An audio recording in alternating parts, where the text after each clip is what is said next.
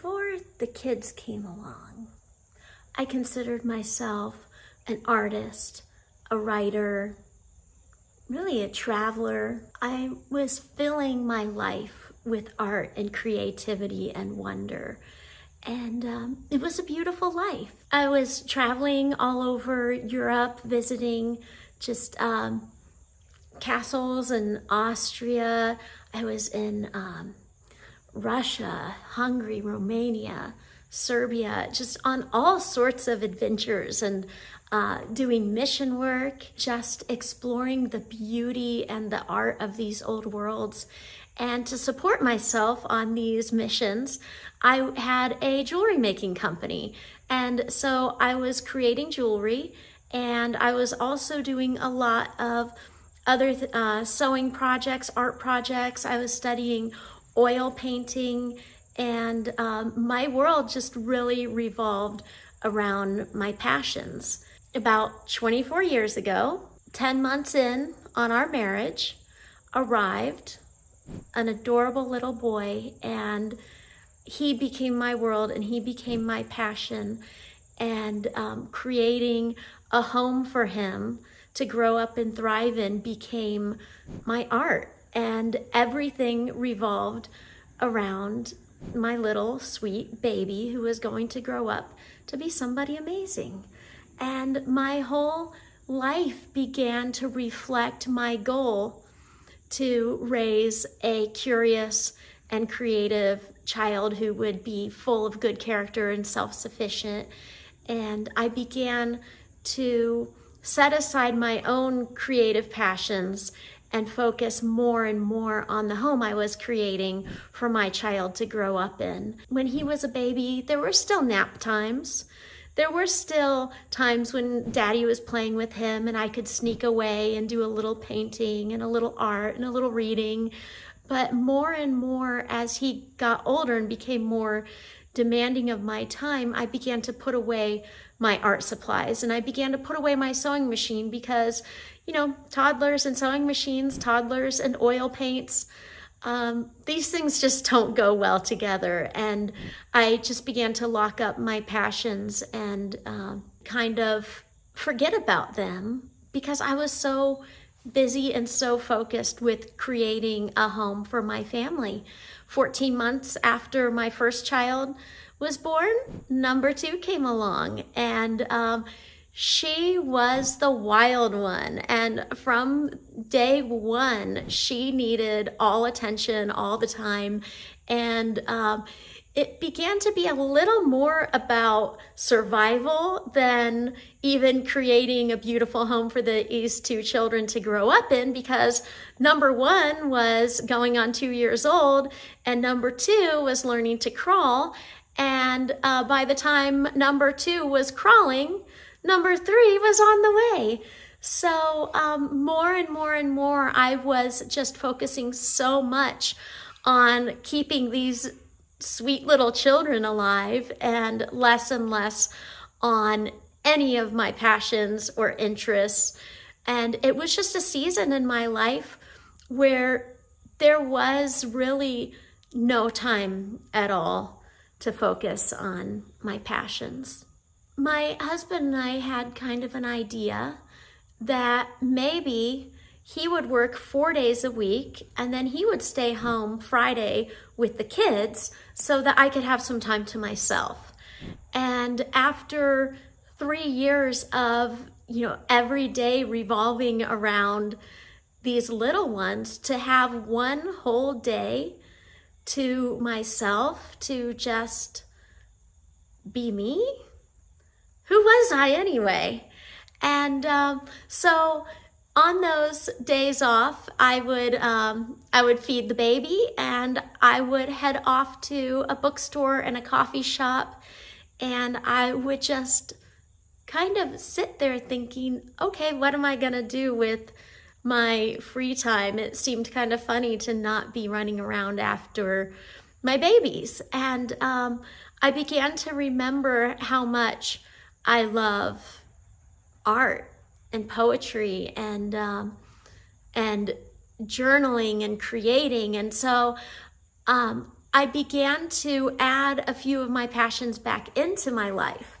And the easiest one to add back in was reading, writing, journaling, and sketching, because those were things that were real easy to put on the top shelf when I walked in the door, that the little ones weren't going to be making a mess of. I was no longer able to, have space devoted to an art studio. I had put away the oil paints for what I imagined would be forever, and I couldn't do anything that took large blocks of time.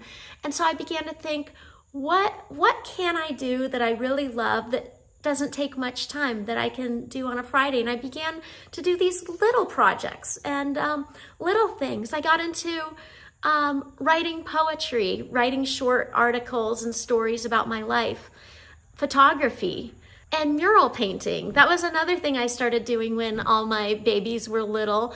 I could not get out an easel and a canvas and a palette of paint.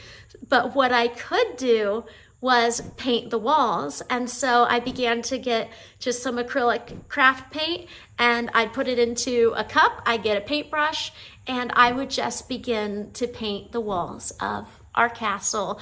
And the children loved it. They would just sit and they would watch me paint. We'd turn on the music and we would paint, and I would let them have a paintbrush with water on the paintbrush, or maybe I'd give them a little color and let them color in the leaves. But little by little, I began to think of ways to add creativity and passion back into my life. And then when my third child was about 6 months old, surprise, surprise, number 4 is coming.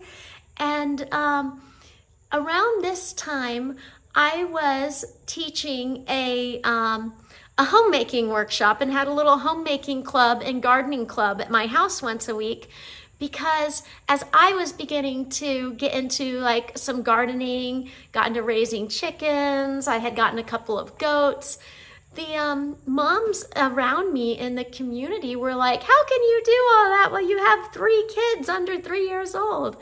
And I'm like, bring your kids over, come on over, let's do it together. And so we fenced in a section of our 2-acre property and put a little playground in there so that the little ones couldn't escape. And we began to do art and poetry and gardening and chickens together while our little kids just had so much fun playing together. Other things I began to do is find art in the ordinary. So finding art in the ordinary meant like researching foods and trying new recipes and making the table a beautiful place to gather at the end of the day. And I began collecting beautiful dishes that my children would often break. But I was having a new passion of going to garage sales and finding dishes and books and just things that I could find cheap and kind of, find an old piece of furniture and refinish it. And I always tried to do these little projects that would never take more than an hour, because rarely did I get more than an hour. But there was one thing I didn't do that so many of the other moms my age were doing, and that was spending lots and lots and lots of time on TV and the internet, because I found it's easy when you have little kids that you're just going to be exhausted, and the default can be just turning on a screen, turning on a show. And another thing that a lot of my friends were doing was putting their kids in front of a TV. And we didn't have a TV, so that just wasn't an option. That was something my husband and I decided when we were like 16 and 17. We were taking a walk in the neighborhood, and it was the day that the, I think it was like the Hale-Bopp comet. Some comet was going to be passing over, and we were outside taking a walk, waiting to see it. And as we were walking, we were thinking, this comet only comes through like once every century or whatever. I'm sure all the neighbors are going to be outside to see it. And we were counting down the minutes until it was time to see it. And there were no neighbors coming out of their houses to see this thing. And we were like, why doesn't anybody else care about this? And we looked around and you could see the blue glow of the TVs coming from everybody's windows. And he said to me when we were like 17, 18, he's like, hey, when we get married and have a family, let's not have a TV. Let's live real life and do real things. So then we had a little community begin to grow where all the moms were teaching their favorite skills to all the other moms while all our preschoolers would just play together. And so we began to realize that if you're not wasting your time doing pointless, meaningless things like watching Wheel of Fortune, which seemed to be the thing at the time, this is the year 2001, if we weren't wasting our time, then we had 16 hours every day to fill with whatever we could imagine. And so I began to think, I don't have a lack of time. I have plenty of time. And we were living in a little house and my husband was working 4 days a week, and we were making the budget work to be able to support our family on one income. And what ended up happening was, as I was painting all these murals just to get my creativity out all over my house, people began to notice my murals and hire me to paint murals.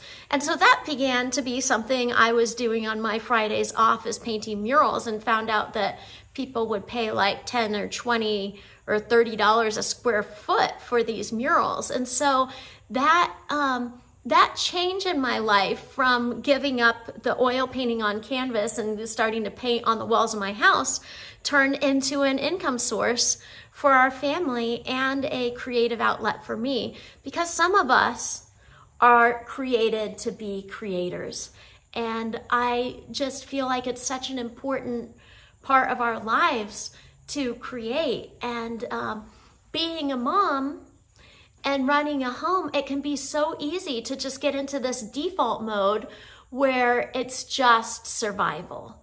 And life is so much more than survival. You can create a life for yourself and your family where everyone can thrive, and you can create a home full of beauty and music, candlelight, peace, beautiful meals, art. And it's not even that big of a sacrifice. What are you going to sacrifice to create this beautiful world full of life and art and peace? Maybe you're gonna sacrifice a few hours of screen time every day and trade those few hours of screen time into time where you're actually pursuing your passions, not just watching others pursue and explore their passions from the other side of the screen, but really thinking, what can I do with what I have? What can I do where I am? And over time, I know that my example of really getting back into my passions and getting back into the arts has inspired my children, and how beautiful it is to be just immersed in an art project and having 3 or 4 little children surrounding you, all creating their own version of art. And I began to model for my children an example of what it looks like to live a passion-driven life, to live a beautiful life, to create a beautiful home. The more I began to just create this environment full of art and music and light and peace and fun, the work of being a mother began to be less and less and less. Now I'm the kind of mom who will ignore the laundry pile, but I'll never let the dishes stay in the sink overnight. I just found that creating a beautiful life full of wonder for my family kept my children from being bored, kept them from becoming addicted to media. We began to just say yes, yes, yes to more and more of the things that matter. And we would begin our days with just music, Bible stories, art, creativity, nature exploration. We would bring little pets into the home, kittens and bunnies and guinea pigs and fish and frogs. And now I'm a mom of many children, and my youngest is 8, my oldest is 24, and all of my children are creators. They are all so full of just beauty. They live beautiful lives. And since they began to take their passions and their creating and their research seriously at a young age through homeschooling, they began to establish businesses based on their passions at a young age. And right now I'm in the art studio of my daughter Rachel and Susie, where they are the ones who create all this beautiful art that you see. And it's just a quiet place where I can get away. Sometimes I do some art here too, and just enjoy seeing my children taking their passions seriously, because I took my passion seriously.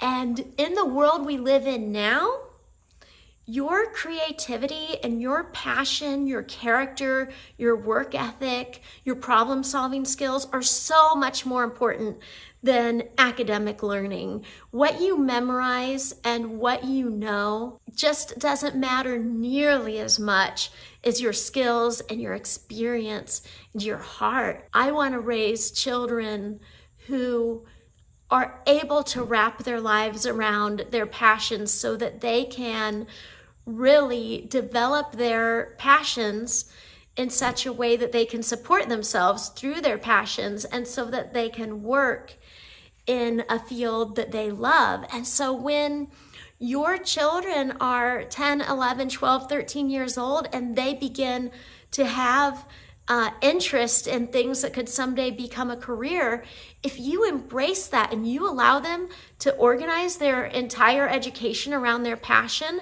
then they have years to major in that passion and in that career, build those skills, and become exceptional, absolutely exceptional at what they do by the time they're 17 or 18. I really believe in allowing my family to be passion focused, and to focus on their relationship with God, their relationship with others, and their relationship with their own passions is the goal around here. And it was a little scary at first, organizing my kids' education around their passions. And a lot of times family members would get really concerned, and neighbors would think we're neglecting the children's education. But their education was customized totally around their creativity, their calling, their interests. And I just began to develop curriculum for my kids based on their passions, so that while they're studying their passions and their calling and their career goals, I'm sneaking in all the academics around those passions. And my passion, once they got to be school age, was to help my children to discover their talents, to invest in their passions, and to grow in character. And so as the children got older, my passion was creating spaces where they could have the supplies and the materials and the just all the tools, all the resources, everything you need, books and videos and just life experience growing in those talents. And my kids were always happy to do their schoolwork, because their schoolwork always revolved around the things that they love. And when a child's education revolves around what they love, there's no struggle, there's no fight. There is guilt induced by the people around you who think that your children should be standardized like everybody else. And that was a really big struggle for me. I remember just kind of feeling grieved about what my kids might be missing because they weren't being standardized. And well-meaning relatives were expressing a lot of concern because my kids weren't learning all the same things that other kids on their grade level were learning. And so I began to just think, maybe I'm failing them. Maybe I should be giving them a more standardized education. Maybe I need to get back to workbooks and textbooks and make them, you know, kind of on track with everybody else. And I began to just pray about this. And I was like, God, you created my kids. You know the future. You created them with a specific set of talents and interests, strengths, weaknesses, and each one, I believe, has a calling that's unique and a purpose in this world. And as a believer in the Bible, I know that there is one purpose and calling for every believer, and that is to seek first the kingdom of God and his righteousness, and all these other things will be added unto you. And the command is to go out into all the world and make disciples of all nations, starting at home, your neighborhood, your community, your city, your state, your nation, onto the other countries and all over the world, to plant those beautiful seeds of the good news all over the world. And I really began to think, if God has called my children to use their gifts, their talents for the kingdom of God, that their calling would be wrapped up in their strengths, what does a childhood look like for a child who is on a track to serve God with their passions? And I was praying about it, and I just felt like in my heart, I heard a voice saying, I don't need another standardized human being with an identical education to millions and millions of other people from this country. I need a child who is raised with a focus on that child's passion and calling and ability, and to invest in that child the truth of the Bible, to immerse them in excellent music, excellent art, to immerse them in creation and in wonder, and to build them up to know how to resolve conflict, to be people who are honest and full of integrity, to seek first the kingdom of God and his righteousness. And in seeking first the kingdom of God and his righteousness in the lives of my children and in the way I raise children, all the other things will be added. And so the way I raised my children looked very, very different from what you would see in a schoolroom, because the childhood happening in our house looked like a lot of fun, looked like adventure, looked like exploring, it looked like creating, it looked like research and play, and it looked like community, it looked like family, it looked like meal times, it looked like a village where everybody was contributing their own gift to the family and to the neighborhood and to the community surrounding us. And so as I began to see what kind of teenagers were growing up in my house, I was just in awe of them. So many people said to me when I had 5 or 6 little ones, pushing them around in strollers and in shopping carts, and people would say, oh, you think they're cute now? Just wait until you have 6 teenagers on your hands. And that day came. Actually, right now, I'll tell you how old my kids are. My littlest one is 8. Then the next one is 10, 12, 2 boys that are 14, a 15-year-old daughter, a 16-year-old daughter, 2 girls that are 17, a 20-year-old, 21, 22, 23, 24, and an 18-year-old.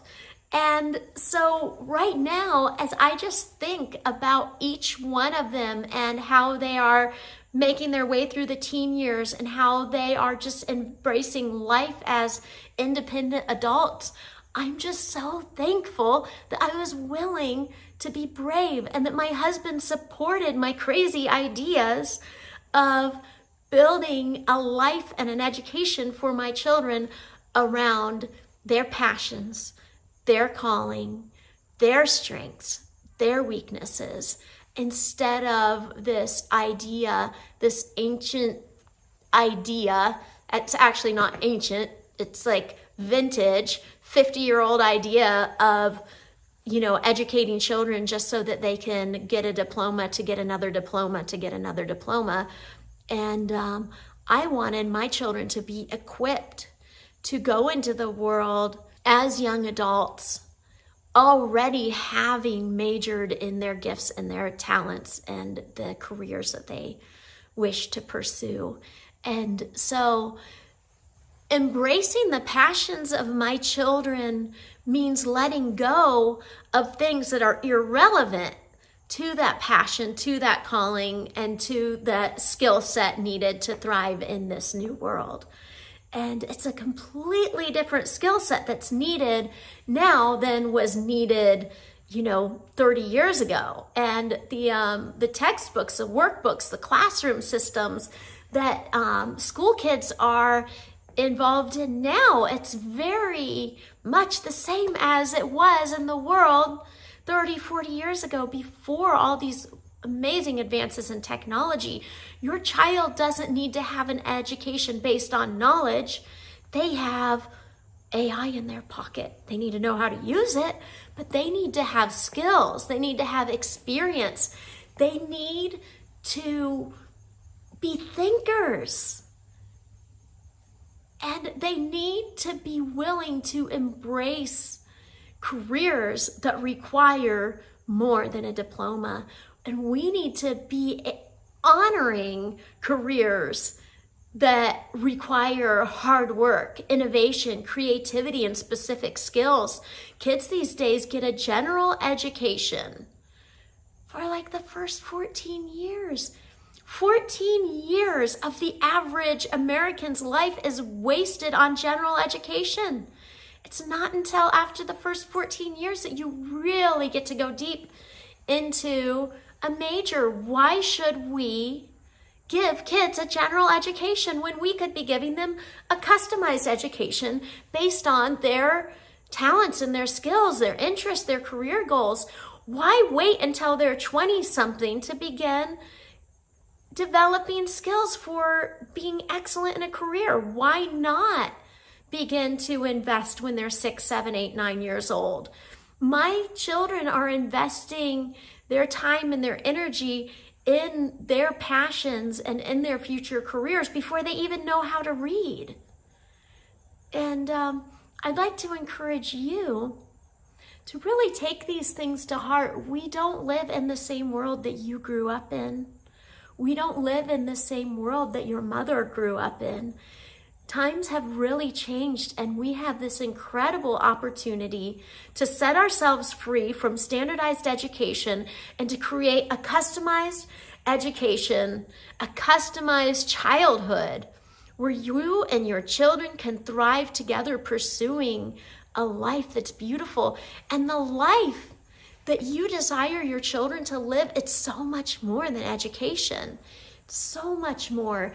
It's about exploring God's creation. It's about becoming a person who serves and loves and cares and volunteers and knows how to have a strong and stable marriage, who knows how to sacrifice for others, who knows how to invest in others, who know that people are what matters.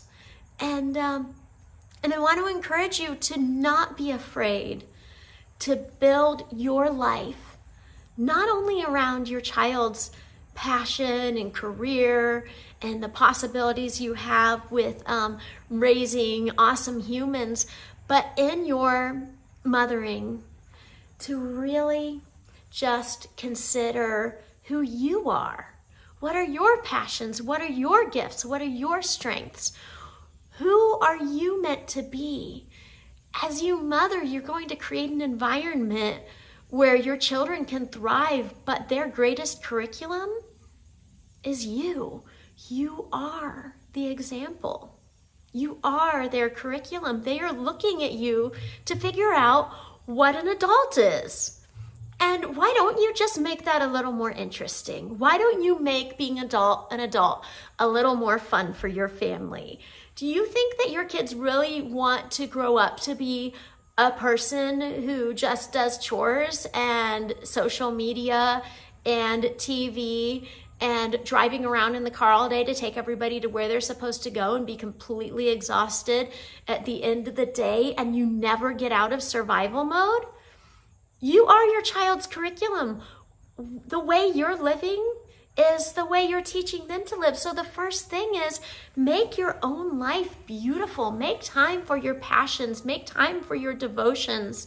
Make time for music and art and poetry and adventure and travel and all the things that you scroll on by and stop, and all those reels that you look at, all those things that you think, oh, that's so beautiful, but that couldn't be me. Yes, it can be you. And it doesn't even have to be the you that you put on social media. You can light a candle at your table and gather your family around and bake bread together. And it doesn't have to be this stressful survival thing, but make your life beautiful. Make it about your passions. Make it about your calling. You have one life here on earth to live, and it shouldn't be boring. It shouldn't be stressful. It should be fun and beautiful and exciting and full of wonder. There are so many beautiful things full of wonder on this earth that we need to explore. And we need to get out of our comfort zones, and we need to try new things, and we need to follow the passions of our children, and we need to show our children that we are passionate and that you can let go of all this standardized education stuff that nobody uses in real life. How much of the stuff we learn in school that we do not ever use in real life? We don't use it. It's true. It's a waste of time. But skills are never forgotten. You teach your child a skill, and they're going to remember. You teach your child the capital of all the states, and they're going to forget, and you're going to have to teach them again next year. So build skills, build experience, build wonder, build a life for your family that they're going to love, and just relax, because it's going to be fine. It's really going to be fine. Enjoy your life.